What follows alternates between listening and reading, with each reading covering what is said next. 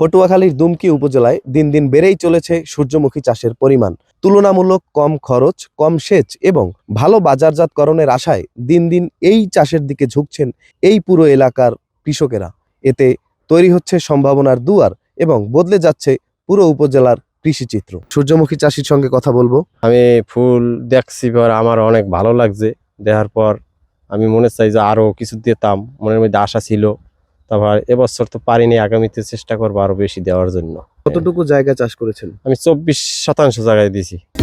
দেশের মানুষকে প্রতিদিন সুরক্ষিত রাখার প্রত্যয় নিয়ে এলো সেফ রাউন্ড সুইচ। কেমন ফলন হতে পারে বলে আপনার ধারণা? খুব ভালোই ধারণা। তৈল ব্যবহার পাইতেছি এবং গরুর খাবার যেটা খৈর বলে, খৈর পাইতেছি এবং ওই যে কাঠ দিয়ে যে লাকড়ি পেতেছি, এইটা আমাদের লাভবান।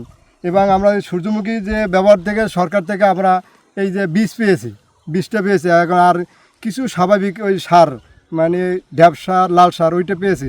আমাদের সহায়তা করলে যদি এই যে আমরা সূর্যমুখী পানি দিতে যাইয়া পানি পাম্প নাই, অনেক কষ্ট, এই জায়গায় যায় যে মেশিন পাই না, অন্য জায়গায় যায় মেশিন পাই না, অনেক কষ্ট করে পানি দেয়। 3বার পানি দেওয়া লাগে সূর্যমুখীতে, আমরা একবারও পানি শেষ মেশিন পাই না।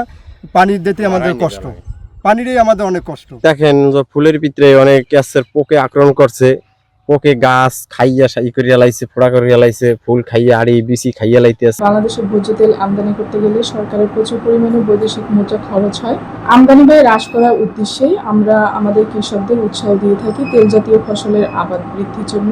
সূর্যমুখী চাষে খরচ কম কিন্তু ফলন অনেক বেশি এবং লাভজনক হয়। আমাদের কৃষকরা এই সূর্যমুখী চাষের দিকে তারা দিন দিন আরো বেশি ঝুঁকছেন। সরকারিভাবে কৃষি সম্প্রসারণ অধিদপ্তর থেকে যথাসম্ভব চেষ্টা করে যাচ্ছি সূর্যমুখীর আবাদ এবং তেল জাতীয় ফসলের আবাদ যেন আরো বৃদ্ধি করা যায় এবং আমরা আশাবাদী সামনের বছর আরো বেশি আবাদ বৃদ্ধি পাবে।